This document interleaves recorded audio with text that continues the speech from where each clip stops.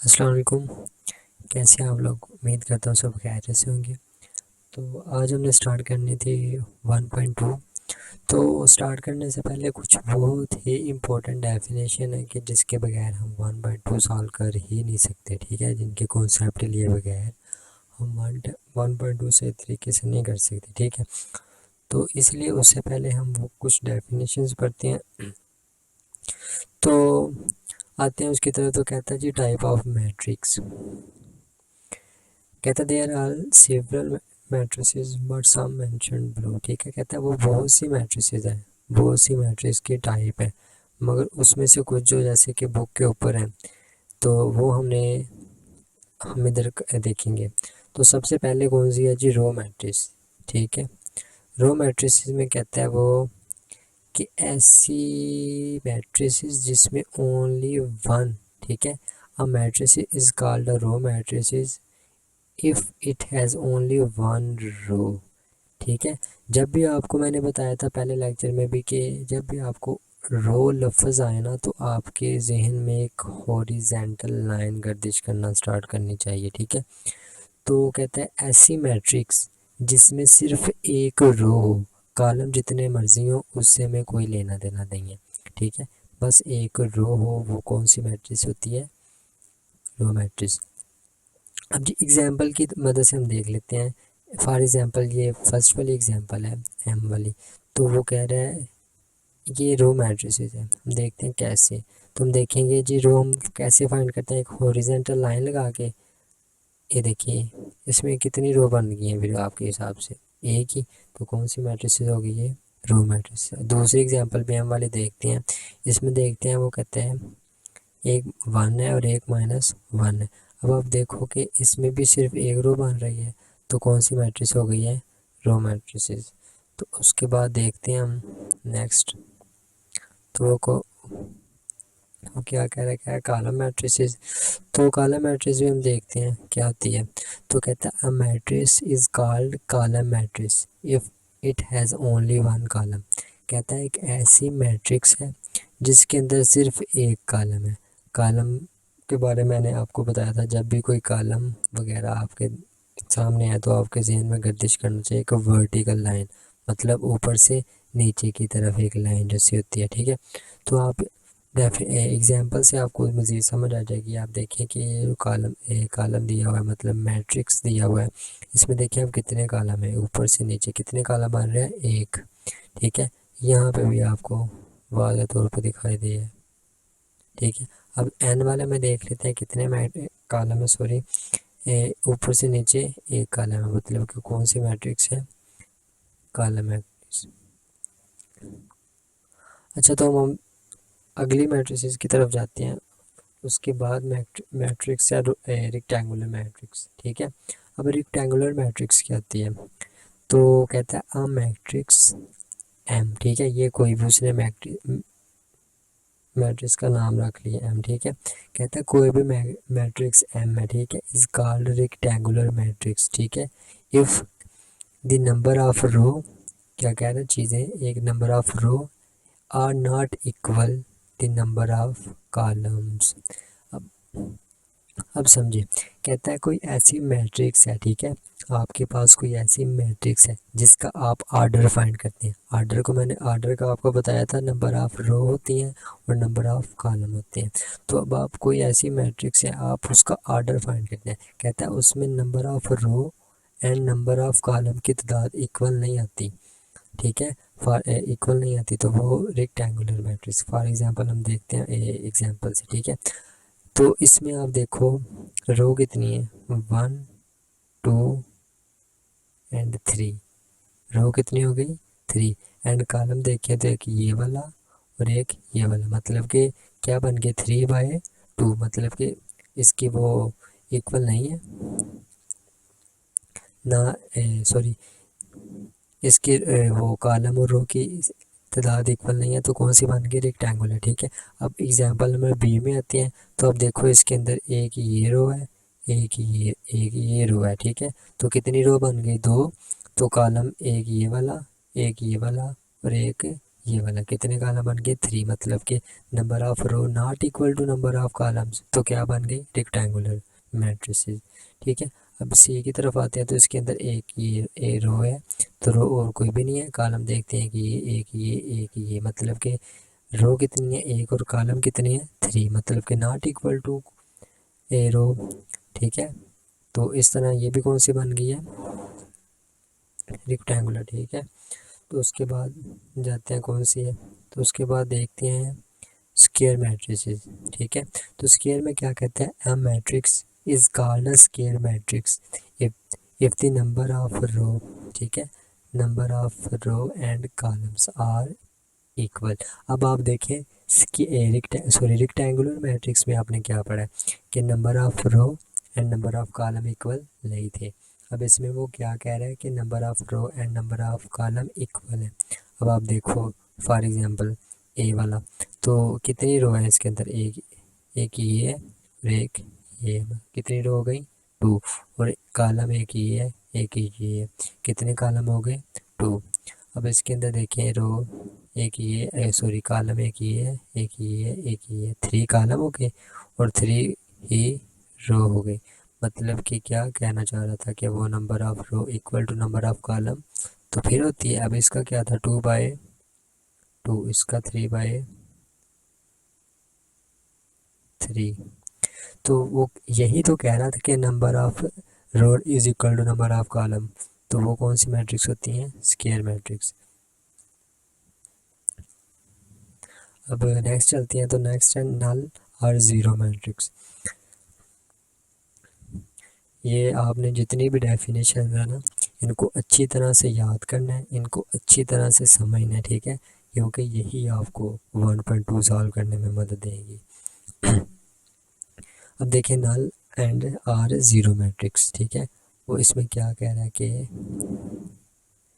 कहता है अब मैट्रिक्स एम, कोई भी मैट्रिक्स उसने एम ले लिया, is called a null or zero matrix if each of its entries zero. Entries किसे कहते हैं कि मैंने बताया था कि कोई भी मैट्रिक्स बनाते हुए आप उसके अंदर जो नंबर ऐड करते हैं वो कौन सी होती, वो क्या होती है मैट्रिक्स होती है, एंट्रीज होती हैं। ठीक है, तो कहता है ऐसा कोई कॉलम है मैट्रिक्स है हमारे पास जिसके अंदर टोटल सारी ही एंट्रीज ज़ीरो हैं, तो वो कौन सा कहलाएगा नल आर ज़ीरो मैट्रिक्स। ये था इजी था वैसे भी। तो उसके आगे कौन सा है ट्रांसपोज मैट्रिक्स। ठीक है, तो उसमें वो क्या कहता है a matrix obtained by interchanging the row into column और column into row of a matrix is called transpose. अब इसका मतलब क्या है कहता है आपके पास एक मैट्रिक्स दी है, ठीक है, उसमें जो रो है उसको आपने कॉलम में चेंज कर देना है, और जो कॉलम है आर, जाहिर है आप रो कॉलम में चेंज करेंगे ऑटोमेटिक जो सारे कॉलम है रो में चेंज हो जाएंगे। कहता है उसको जाहिर करते हैं किसी भी जो कॉलम का नाम होता है उसके ऊपर क्या लगा देते हैं टी। ठीक है, अब डेफिनेशन से तो आपको समझ नहीं आई होगी ज़्यादा, अब इसको एग्जाम्पल को सॉल्व करने से ज़्यादा आपको समझ आएगी। ठीक है, तो एग्जाम्पल को सॉल्व करते हैं। क्या मैंने बात की है कि एग्जाम्पल नंबर ए को सॉल्व करने लगे हैं, तो क्या कहते हैं कि आपने रो को कॉलम में चेंज करना है। रो कौन सी है इसकी ये वाली, इसको हम क्या करने लगे हैं कॉलम में चेंज करने लगे हैं। तो देखिए आप इधर हम इसको चेंज करेंगे, तो अब रो है इसको कॉलम में चेंज करना है 1 1 2 एंड 3। अब देखिए जो रो है वो किस में चेंज हो गई है कॉलम में, उसी तरह दूसरी रो को भी कॉलम में चेंज कर लेना आपने। दूसरी रो कौन सी है 2 2 1 एंड 0। ठीक है, अब तीसरी उसी तरह -1 4 एंड -2। ठीक है, ये इसका मैट्रिक्स सिंपल। ठीक है, उसके बाद एग्जाम्पल नंबर 2 भी देख लेते हैं, आपको मज़ीद समझ आ जाएगी। तो क्या कहता है एग्जाम्पल नंबर 2 में कि फिर वही चीज़ पहली रो को आपने किस में चेंज करना है कॉलम में। तो आप देखिए कि रो कौन सी है उसको कॉलम में चेंज करें 1 1 0 एंड 2। ठीक हो गया, तो दूसरी रो कौन सी है, 2 2 -1 एंड 3। ये सिंपल इसका क्या हो गया, ट्रांसपोज। आई होप कि आपको ये समझ आ गया हो गया, क्योंकि ये थोड़ा सा टफ था अभी तक। तो उसके बाद है नेगेटिव मैट्रिक्स, ठीक है। तो ये भी थोड़ा सा इजी ही है, मगर फिर भी आपने कंसंट्रेट करना है। कहता है let A be a matrix, ठीक है, then its negative is -a is obtained by changing this its signs of all the entries of A। अच्छा, वो क्या कह रहा है इसमें, कहता है कि आपके पास एक मैट्रिक्स है ए का, कहता है उसके अंदर जो एंट्रीज है ना, फॉर एग्जांपल इधर ए है, ओ सॉरी इधर 1 है, कहता है इसका आपने साइन चेंज करना है, सारी एंट्रीज का साइन चेंज कर देना, तो उसका क्या बनेगा, नेगेटिव। अब एग्जांपल से ज़्यादा समझ आ जाएगी। अब आप देखें कि अब नेगेटिव में चेंज करने लगे हैं, ठीक है, ये देखिए नेगेटिव में, ठीक है। अब नेगेटिव में चेंज करेंगे तो माइनस का साइन ऐड करना है उनके साथ, तो क्या आ जाएगा, -1, ठीक है। तो 2 के साथ वैसे माइनस है तो उसको हम ख़त्म कर देंगे, ठीक है। उसके बाद 3 है, उसके बाद फिर माइनस आ जाएगा, उसके बाद क्या 4, उसके साथ भी माइनस आ जाएगा, तो क्या बन गया इसका, नेगेटिव। अच्छा, इसके लिए मैं आपको थोड़ी सी एक और इंटरेस्ट बात बताता हूँ, ठीक है। फॉर एग्जांपल वो क्या कह रहा था आपके नॉलेज के लिए कि माइनस से साइन करवाना है, मल्टीप्लाई करवाना है, ठीक है। तो इधर देखें, इसके साथ प्लस था 1 के साथ, तो हमने मल्टीप्लाई करवाया तो माइनस आ गया। इधर 2 के साथ क्या था, माइनस, किससे मल्टीप्लाई करवाया, माइनस से। अब आप देखेंगे जब माइनस मल्टीप्लाई माइनस होता है तो प्लस हो जाता है, ठीक है, ये फार्मूला इधर यूज़ हुआ है। अच्छा जी, तो उसके बाद है जी सिमेट्रिक मैट्रिक्स। तो सिमेट्रिक मैट्रिक्स में वो क्या कह रहा है, A square matrix is symmetric if it is equal to its transpose. ठीक है, इसमें वो बात कर रहा है कि एक ऐसी मैट्रिक्स जिसका आप ट्रांसपोज लेते हो तो उसका आंसर फिर वही मैट्रिक्स आ जाती है, तो वो कौन सी कहलाती है, सिमेट्रिक मैट्रिक्स। ये इसकी कंडीशन है, ठीक है। एग्जांपल के ज़रिए समझते हैं। तो ये उसने एक मैट्रिक्स दिया हुआ है, कॉलम दिया हुआ है, तो कहता है इसको आपने प्रूव करना है कि ये सिमेट्रिक मैट्रिक्स है कि नहीं। उसके लिए वो कह रहा है जिसका ट्रांसपोज लें और वो उसी के इक्वल आना चाहिए। ट्रांसपोज मैंने आपको बताया था कि रो को कॉलम में, और जब रो को कॉलम में आप चेंज कर देंगे तो कॉलम ऑटोमेटिकली रो में चेंज हो जाते हैं। तो फॉर एग्जांपल यहाँ पे पहली रो ये दी हुई है और इसको आपने इधर कॉलम में चेंज कर दिया है, ठीक है। उसके बाद दूसरी ये रो दी गई है और इसको आपने ये यहाँ पे कॉलम में चेंज कर दिया है। यहाँ पे तीसरी रो ये दी गई है और इधर आपने इसको कॉलम में चेंज कर दिया है। अब आप देखो कि इसका आपने ट्रांसपोज लिया है, ठीक है, ये वाला, बट आंसर आपका वही सेम आया है। तो यही तो वो कह रहे हैं कि सिमेट्रिक मैट्रिक्स वो वाली होती है कि आप किसी मैट्रिक्स का ट्रांसपोज लेते हो और उसका आंसर वही मैट्रिक्स आ जाती है। अब दूसरी एग्जांपल है उसके, उससे ज़रा मज़ीद आपको समझ आ जाएगा। इसमें वो क्या कह रहा है,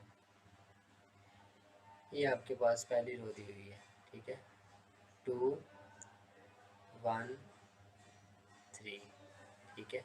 उसके बाद दूसरी रो दी है -1 2 एंड 2, -1 2 एंड 2। उसके बाद इधर तीसरी रो क्या दी गई है, 3 1 3, 3 1 एंड 3। अब इसका क्या लिया गया, ये ट्रांसपोज।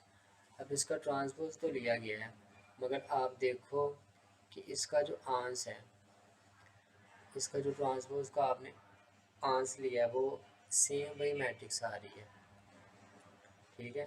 ये होती है सिमेट्रिक मैट्रिक्स। उसके बाद है स्क्यू सिमेट्रिक मैट्रिक्स। तो इसमें कुछ डाउट है कि जो बुक के ऊपर फार्मूला है ना, वो कुछ डिफरेंट है जो मैंने इधर लिखा हुआ है। बुक के ऊपर फार्मूला लिखा हुआ है कि -a इक्वल टू है ए का ट्रांसपोज। ठीक है, ये जो मैंने ये नीचे चीज़ लिखी हुई है जो हाईलाइट की है मैंने ये वाली, ये भी एक तरह से यही चीज़ है। ठीक है, इधर आप माइनस से मल्टीप्लाई करवा रहे हो, इधर भी और इधर भी।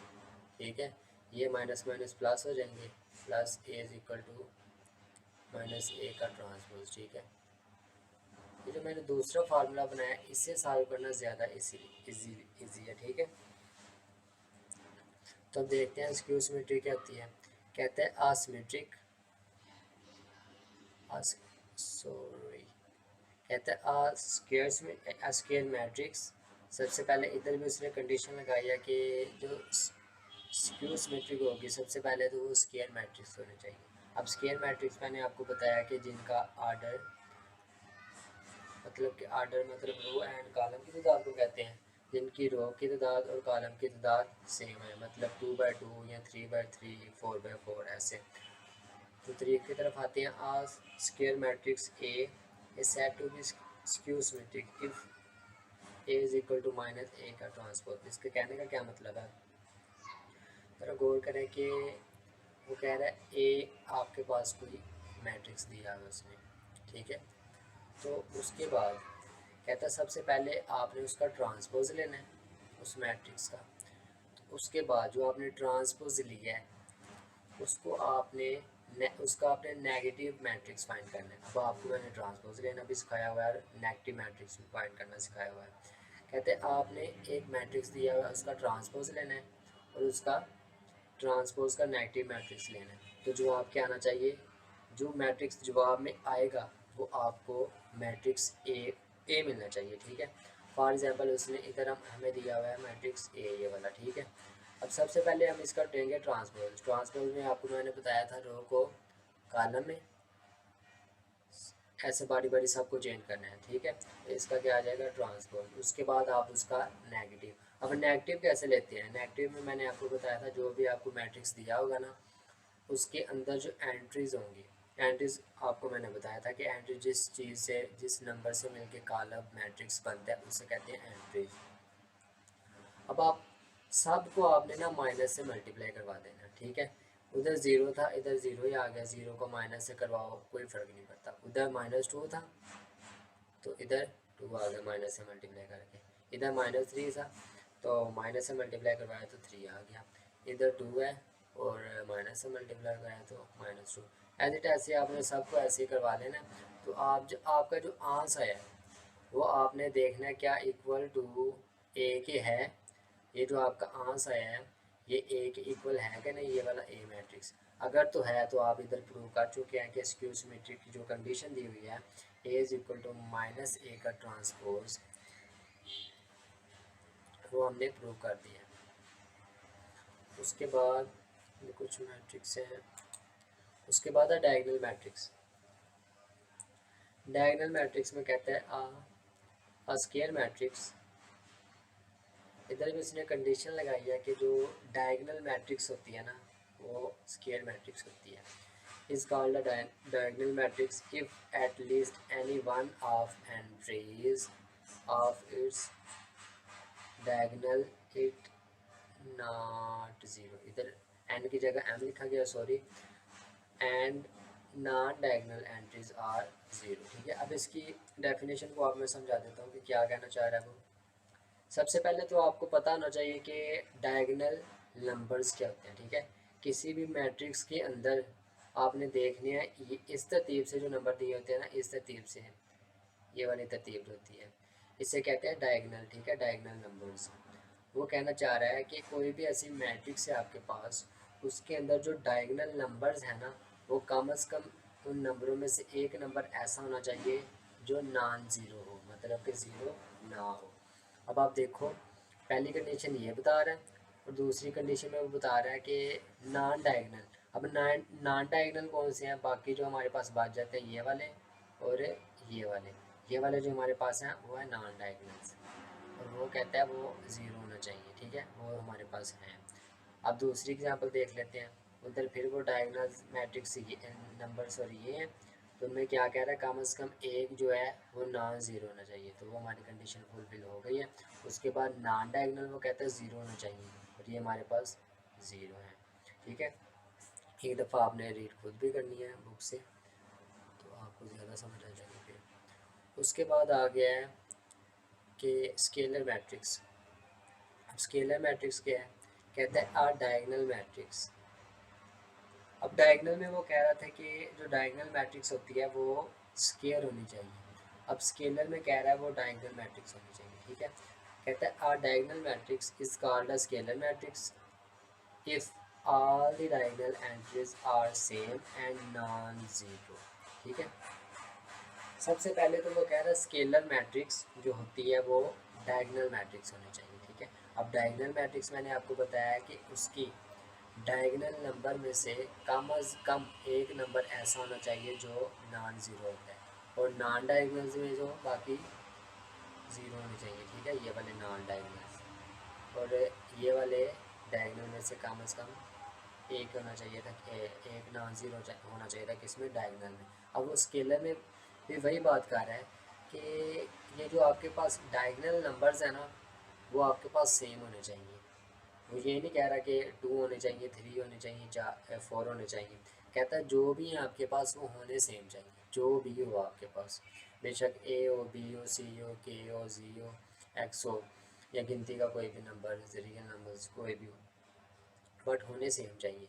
उसी तरह इधर आ गए तो ये नॉन डायगनल्स ये हो गए, और डायगनल्स ये, इधर भी वो उसी कंडीशन को फुलफिल कर रहा है कि डायगनल्स नंबर जो है वो सेम होने चाहिए और दूसरे ज़ीरो होने चाहिए।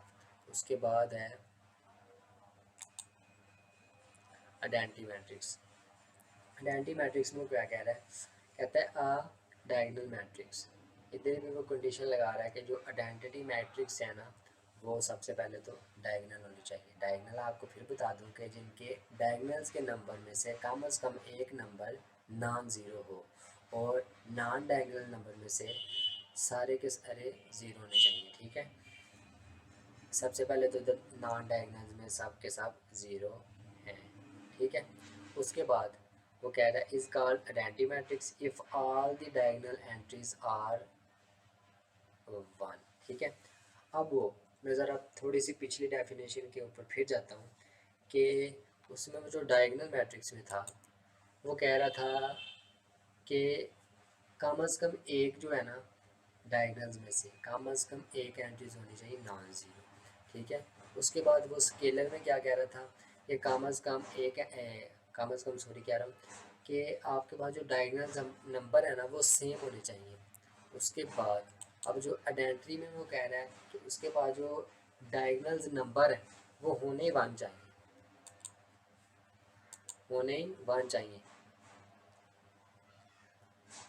ये वाले। ठीक है, a diagonal matrix is called identity matrix if all the diagonal entries are 1। और उसके बाद कहता है it is denoted by capital I। अब उम्मीद है कि आपको ये जो मैट्रिक्स की टाइप्स थी वो समझ आ गई होंगी। उसके बाद अगर आपको